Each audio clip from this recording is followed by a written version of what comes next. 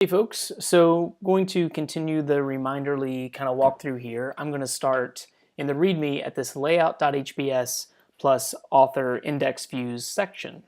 So right now I'm successfully sending data from my Mongo database to the browser. So these are my three author instances of authors. They're in an array. But now let's add a view to it now that I know that the data is getting pushed to the browser successfully. So I'm going to walk through these steps right here. So I'm going to make a views directory. I'm going to copy some of this in the interest of time.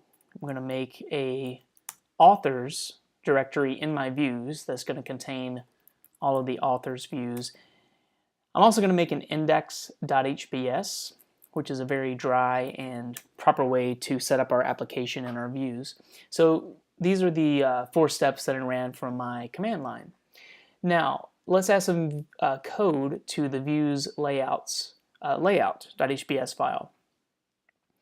So I'll go into here, I'm going to paste this code. So remember that a layout, it's kind of like a picture frame for a picture, right? So all of our individual views are going to get fed through this layout through this body handlebars tag. So any kind of links to external style sheets, any kind of like JavaScript code, nav bars, footers, anything that we want to appear in all of our application, all of our views in our application, we can put it in this one file. And it's, again, it's kind of like a picture frame, and each individual view is a picture that's inserted right here where the body tag is. Step 3, here's some code for the index view. So I went ahead, I have kind of a handlebars each loop in here. This is going to be in my index view in my authors folder, so I'll save that. And again, we're just going to pump all the authors to the view. We're going to loop over them and then loop over any reminders that an individual author has. We also need to update our index route in our authors controller. So right now we're just doing like a console log and a res.send. And now that we've tested out our code, we can actually add a render view in here. So once we tested all the server side to make sure it's wired up, then and only then do I want to deal with creating views for my application.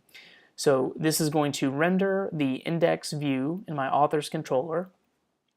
Remember that handlebars instinctively looks for a folder called views in the main directory of your application.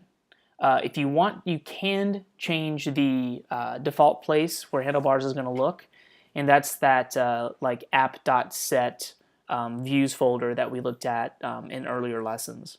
But by default, it's going to look in the views folder already. It's pretty smart. So that looks good. Let me refresh my browser.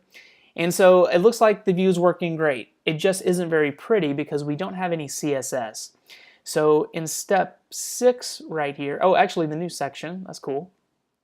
Let's incorporate some style sheets into our application. We added this line earlier in our server.js. So this is one strategy for adding, let me get into server.js. This is one strategy for adding external style sheets or JavaScript files or fonts or any kind of like extra, third-party stuff that we want to add. We just need to tell Express where to look for that information and make sure that it, compiles it into our application. So we're going to create a public folder in our main Reminderly directory, and then we're going to put some style sheets into a CSS folder. So step 2, let me run through this. I'm going to create a public directory. Inside of there, I'm going to create a CSS folder. So if you wanted to create like a JavaScript folder there, you can do that, or like fonts or anything extra that you want to put in there, you can do that. Now, step 3, we're going to use a file called reset.css that a very smart guy named Eric Meyer wrote.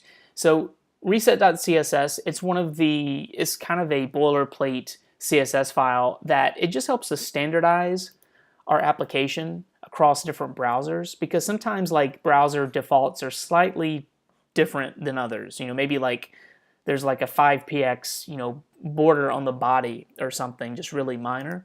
So files like this, there's another file called normalize.css. files like that just help to make our app look consistent across browsers.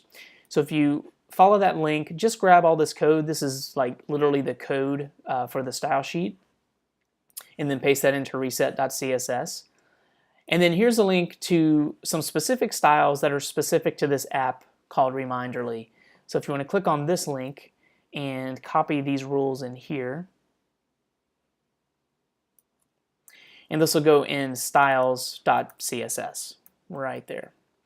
Cool. So we've added our style sheets. The last thing that we need to do is actually link them up in our layouts.hbs. So we need to make sure that these get delivered and used on the front end. So again, in the head of our layout.hbs, this is where we can link external style sheets, link external JavaScript files if you want. And actually, just to be safe, I'm going to put these links below. I also have some Google Font stuff in here. So these links need to be below Google Fonts. Specifically, this styles.css needs to be below Google Fonts because I'm calling some of the Google Font family information in this file. So I need to make sure that I'm loading the fonts before I actually try to call them.